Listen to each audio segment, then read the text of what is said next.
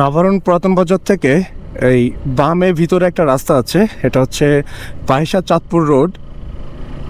এই রোডটা কিন্তু অনেক সুন্দর একটা রোড, দুই পাশে মাঠ আর ধান ভুঁই, তিল ভুঁই, তারপর সরিষা ভুঁই। আর এখানে রেল লাইনের এখানে কিছু দোকান আছে, কিন্তু এখানে অনেক বেশি পরিমাণ মানুষ যাতায়াত করে। এখানে একটা রেল ক্রসিংয়ের ব্যবস্থা করা উচিত, এখানে সাপোর্ট দরকার একটা। এখান থেকে দেখেন ভিউটা জ্যোৎস্নাপুরা। রাস্তাটা নতুন করা হয়েছে, তার নতুন রাস্তায় কিন্তু আসলে বাইক চালাতে খুব ভালো লাগছে।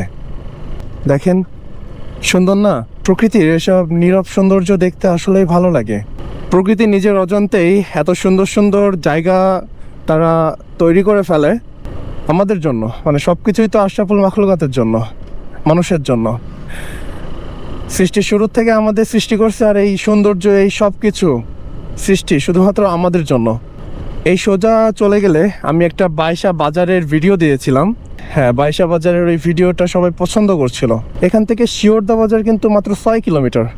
এই বাইশা চাঁদপুর এই রোডে কিন্তু মানে এত সুন্দর দৃশ্য আছে, দেখলে মনটা ভরে যায় একদম। তো সামনে আরও কিছু জায়গা আছে যেগুলো দেখার মতো। দুই পাশ দিয়ে মাঠ, মাঝখানের রাস্তা এবং চমৎকার একটা পরিবেশ। এরকম পরিবেশে দাঁড়িয়ে কিন্তু 2-4 ঘন্টা পার করে দেওয়া যায়, কারণ এত সুন্দর পরিবেশে আসলে নিজেকে খুঁজে পাওয়াটাও একটা মেইন কথা। আপনি কোনো এক সময় একাকী নির্জন একটা সুন্দর জায়গায় দাঁড়িয়ে ভাববেন, দেখবেন আপনার সম্পূর্ণ লাইফ হিস্টোরি আপনার চোখের সামনে চলে আসছে।